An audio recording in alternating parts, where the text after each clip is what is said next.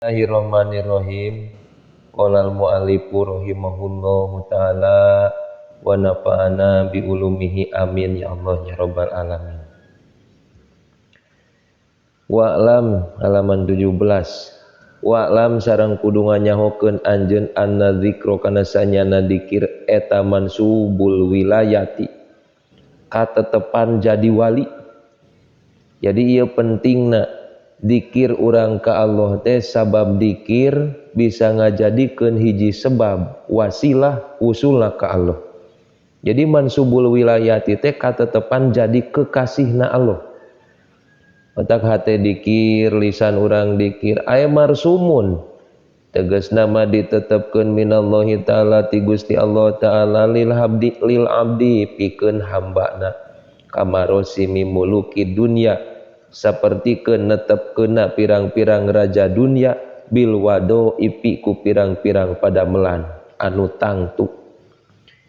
Jadi lamun ayeuna jalma rek netepkeun kana raja di dunia teh ningali katetepan dina hiji pagawean layak henteuna eta jalma jadi raja.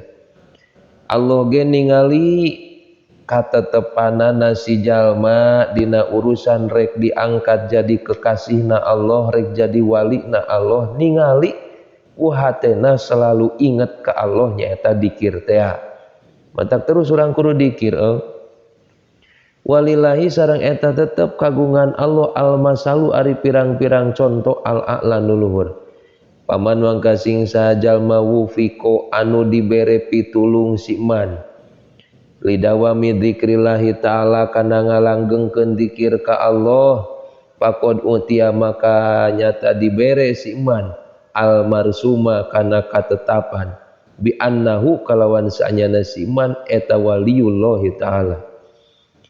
Tuh jadi lamun ayeuna urang dibere taufik dibere pitulung hek daek dawam dzikir ka Allah eta teh geus jadi hiji ciri bahwa urang dibere ciri ku Allah sanyana urang teh termasuk walina Allah. Tuh, mudah-mudahan we ya termasuk kakasihna Allah ku ngalanggengkeun urang dikir. Lisan dikirkeun we ayeuna can nepi kana hate-hate anger keneh poho. Geuning di luhur gitu, di luhur nu parantos silap deui teh ya, para sepuh sadayana. Jadi kitu. Ku ayana dikir dawam urang ka Allah istiqomah. Kan kuntolibal istiqomah teh nya wala takun tolibal karomah ulah selang urang neangan karomah istiqomah heula urang dikir ka Allah sabab ka istiqomahan dikir ka Allah mangrupakeun kamuliaan atawa karomah ti Allah eta ciri urang teh geus jadi jalma kekasih Allah kitu. Waman sing saha jalma suliba anu dicabut dah naon dalika itu marsum utia marsum lamun Allah geus jabut nepi ka urang teresep dikir nepi ka urang embung dikir pakod ujila anil wilayat nyata pakod ujila nyata geus dilepaskeun itu si jalma teh anil wilayat tina kawalian. Paham ku urang tah lamun urang geus embung dikir nya geus embung ayeuna nginget ka Allah dan majelis dikir di dia teh lain urang berarti nu penting majelis nu sakira-kira matak inget ka Allah dan ngaji ge termasuk na majelis dikir eta teh lisan nguningakeun dat Allah hate ngayakinkeun ka Allah eta dikir inget ka Allah teh maka urang disimpen dina ciri tah jalma nu jadi kekasih Allah. Lamun eueuh urang geus teresep di majelis dikir majelis nu jelas ngingetkeun ka Allah rek ku cara dzikir rek ku cara ngaji maka urang geus dicabut tina kawalian Allah tina ciri kakasihna Allah geus eueuh hendak ulah lepas mun embung urang wiridan geus ngaji we terus ngaji nu sangkan hate inget terus ka Gusti Allah tah eta nya. Walam sareng kudu nganyahokeun anjeun anna dzikra sanyana dzikir eta asra'u leuwih gancang pil fathi dina mukakeun tabir min sairil ibadati tina sasana pirang-pirang ibadah. Sing inget para murid, para jalma-jalma nu hayang wusul ka Allah sanyana dzikir eta teh leuwih gancang nepina kadat Allah wusulna ka Allah, terbukana urusan hijab antara manusia jeung Allah tina sasesana ibadah. Qala Saidi, qala ngadawuh Saidi Gusti urang sadayana Ali Al-Mursopi, Syekh Ali Al-Mursopi rahimahullah taala amin. Qad ajajanya tageus apes ngadawuhkeun kieu. Qad ajajanya tageus apes al-asyahu pirang-pirang guru, palam yajidu maka henteu manggih itu asyah lil muridi kasih murid pikeun si murid teh dawaan kana obat. Can manggih nya Syekh Ali teh kana obat pikeun si murid anu hayang wusul ka Allah asro'a nu leuwih gancang pijala iqalbihi dina ngabersihkeun hatena itu murid.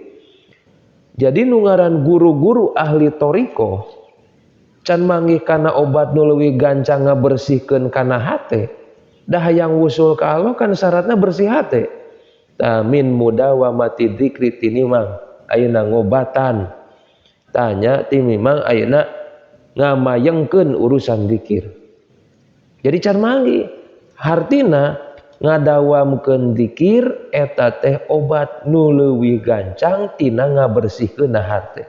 Terus we la ilaha illallah, subhanallah, la haula wala quwata illa billah, dikir urang deh terus.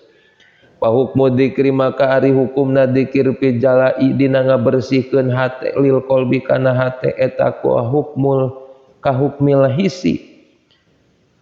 Hiso ieu seperti ngahukuman batu leutik pin nuhasi dina tembaga. Wa hukmu ghairi dzikri sareng ari hukum salian ti dzikir pisairil ibadati dina sasesana pirang-pirang ibadah eta ka hukmi sobuni seperti hukumna sabun pinuhasi dina tembaga. Wadalika ari itu hukmi sobun yaeta yataju butuh itu dalik teh ilatuli zamani kana panjangna zaman. Jadi kieu lamun mersihan ayeuna seengna tina tembaga hideung tah dina naon dina seengna teh dipake naheur cai atau dipake nyangu tina luhureun hawu hideung. Lamun ngabersihkeun make batu leutik bala masuk ku lebu nya, ku lebu digosokna ku lebu atawa ku keusik digosokna eta teh leuwih tereh tibatan ngagosok ngan saukur ku sabun. Jadi sabun mah lila ngagosok ku sabun mah dale sanggung ku lemes sabun mah, tapi lamun ku kerikil nu leutik atawa ku lebu digesekeun kana seeng teh seeng dina tembaga leuwih tereh. Dina harti dikir kedudukanna sapertikeun kerikil nu digosokkeun kana tembaga, lamun ayeuna salian ti dikir ibadah nu sejen hayang nepi ka Allah teh sapertikeun sabun dina pada lilana kana bersih eta wadah mun digosok dan saukur ku sabun eueuh perantara lama eueuh perantara sepon kitu ku sabun we wungkul leuwih lila kecuali mun leungeunna kasap. Mun leungeunna kasap mah teuing dah. Nah kitu. Jadi dikir leuwih tereh nepina ka Allah. Dikir leuwih tereh nepina wusul ka Gusti Allah. Terus urang dikir ulah eureun. Ulah eureun eling ka Allah. Ari dikir dekan eling, inget ka Gusti Allah kitu. Wa qala ngadawuh ta Ali Al-Mursopi ta edon asaliku ari jalma anu ngambah si salik min tariqi dzikri tina jalan dikir. Tina jalan ayeuna wusul ka Allah ku cara dikir eta kato iri sapertikeun manuk al mujidi anu hiber gancang mujid mah nya al mujidi anu hiber gancang ila hadratil qarbi kana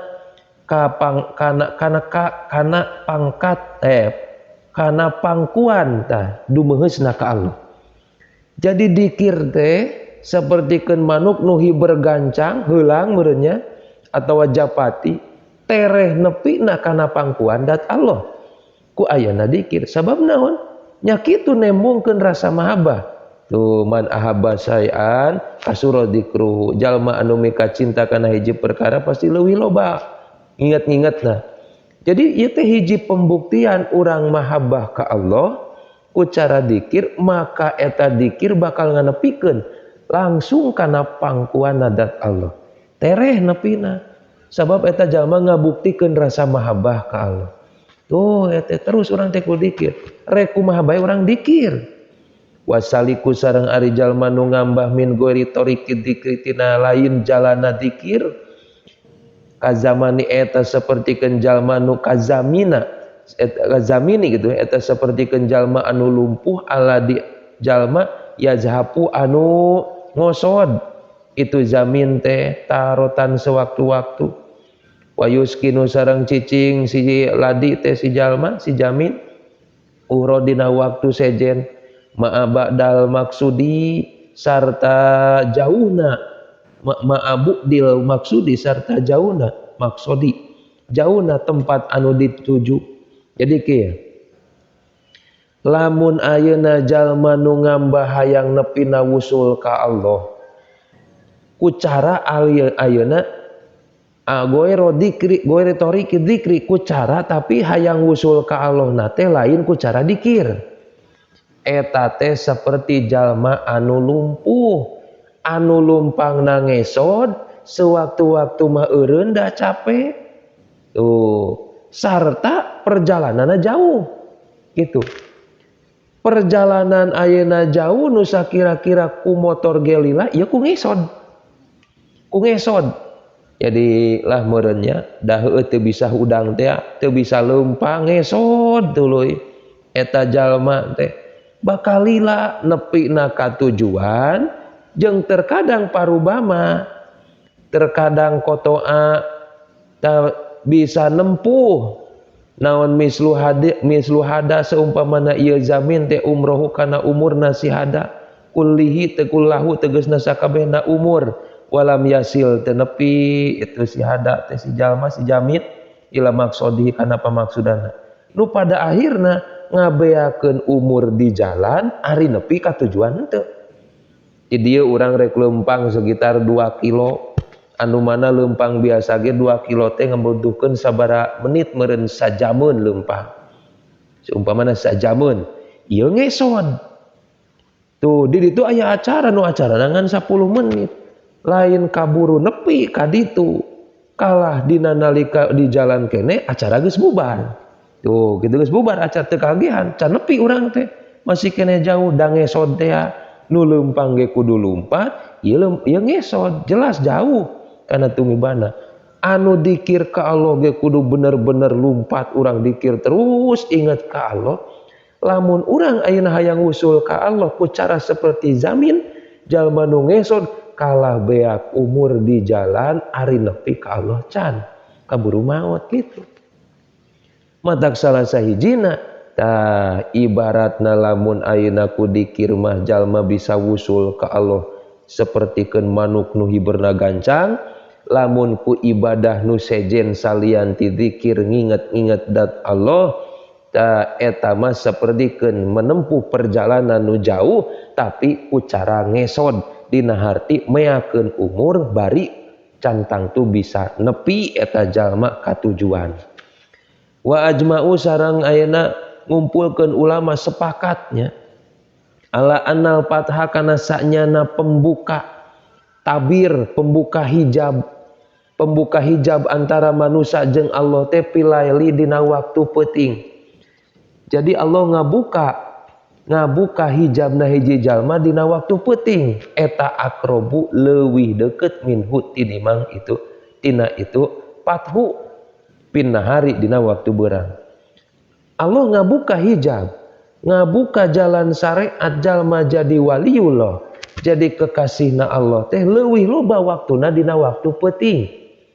Jadi leuwih loba waktuna dina waktu peuting tibatan dina waktu beurang. Anu hoream teh urang hudang nih dina waktu peuting mah. Hoream urang hudang teh euy.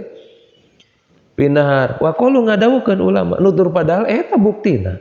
Jadi peuting lobakeun ibadah. Ibadah we urang loba. Naon bae hal aktivitas urang jadikeun eta teh ibadah usul ka Gusti Allah. Kitu teh.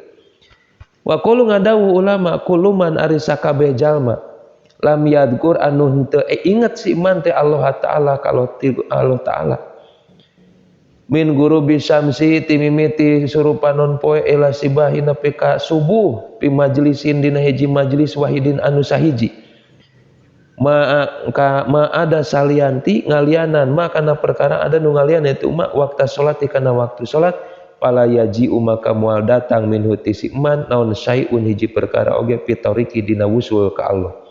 Kieu setiap jalma anu henteu inget ka Allah, jalma teu eling ka Allah ti mimiti surupanon poe nepi ka subuh dina waktu penting ngan saukur penting teh dipake hees atawa dipake begadang tepuguh nepi ka subuh dina hiji majlis salianti salat nu 5 waktu berarti kan dina waktu penting teh aya magrib isya tajing subuh maka moal nepi ka eta jalma jalan wusul ka Allah lamun dipake hiji penting lamun dipake eta hiji penting ngan saukur dipake cuma-cuma henteu dipake dikir ka Allah. Jadi penting eta teh kudu urang teh sapenting eta kudu aya waktu keur pikeun dikir ka Allah. Walau saatan sanajan ngan saukur saja. Mun santri ngaji, lamun kiai ngaderes, lamun urang anger urang teh maca Quran, maca sholawat, nu penting sapenting dipake waktu aya inget ka Gusti Allah kitu. Lamun eueuh kitu geus moal diharepkeun nepi na usul ka Allah. Moal gitu. Tuh kahade ya kahade. Wa qalu ngadawu ulama mansing sahajal malam yahsul anu teu hasil si lahu kasiman min dikrin tina dikir naon halun tingkah qawiyun anu kuat wa hudurun sareng hadir ma Allah taala sarta Gusti Allah taala palaisa makan teu aya lahu pikeun si iman naon qatmul majlis ulahnya begatkeun majlis.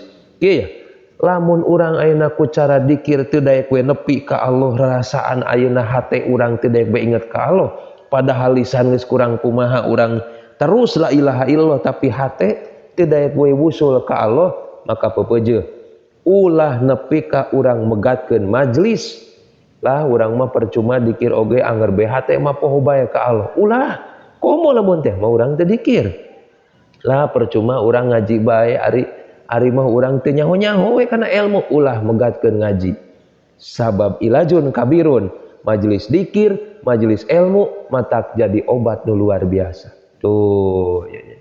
Wal muadobatu ila huduri majlisil ilmi wa dzikri ilajun kabirun ngalanggengkeun urang cicing di majelis dikir jeung majelis ilmu eta teh jadi obat keur hate supaya terus jang hareup ka Allah. Gitu ya Allah ya Rabbana mudah-mudahan we hirup urang terus disandingan dikir ka Allah paham kudu maham urang eta wallahu a'lam bishawab.